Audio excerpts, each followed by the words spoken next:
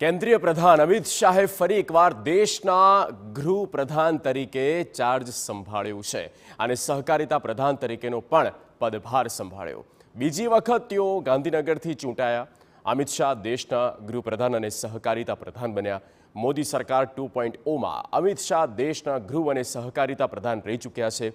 જમ્મુ કાશ્મીરમાંથી કલમ 370 હટાવવામાં અમિત શાહની મુખ્ય ભૂમિકા।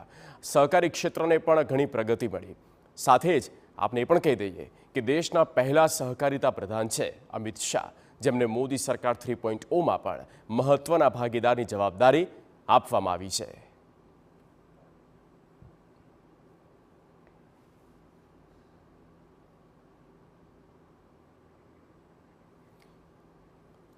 અમિત શાહે ગૃહ વિભાગ તરીકેનો તેમનો આ બીજી વખતનો મોદી સરકાર 3.0માં બીજી વખતનો તેમણે આ પદભાર સંભાળ્યો છે અને ગૃહ વિભાગની સાથે સાથે મહત્વપૂર્ણ જવાબદારી એવી સહકારિતા વિભાગ પણ, જે શરૂઆત આ જ સરકારમાં થઈ આ વિભાગની અને આ સહકારિતા વિભાગની ફરી એક વખત જવાબદારી તેમણે પોતાના શિરે લીધી છે અને તેનો પણ પદભાર સંભાળતા એ સમયના પ્રથમ દ્રશ્યો।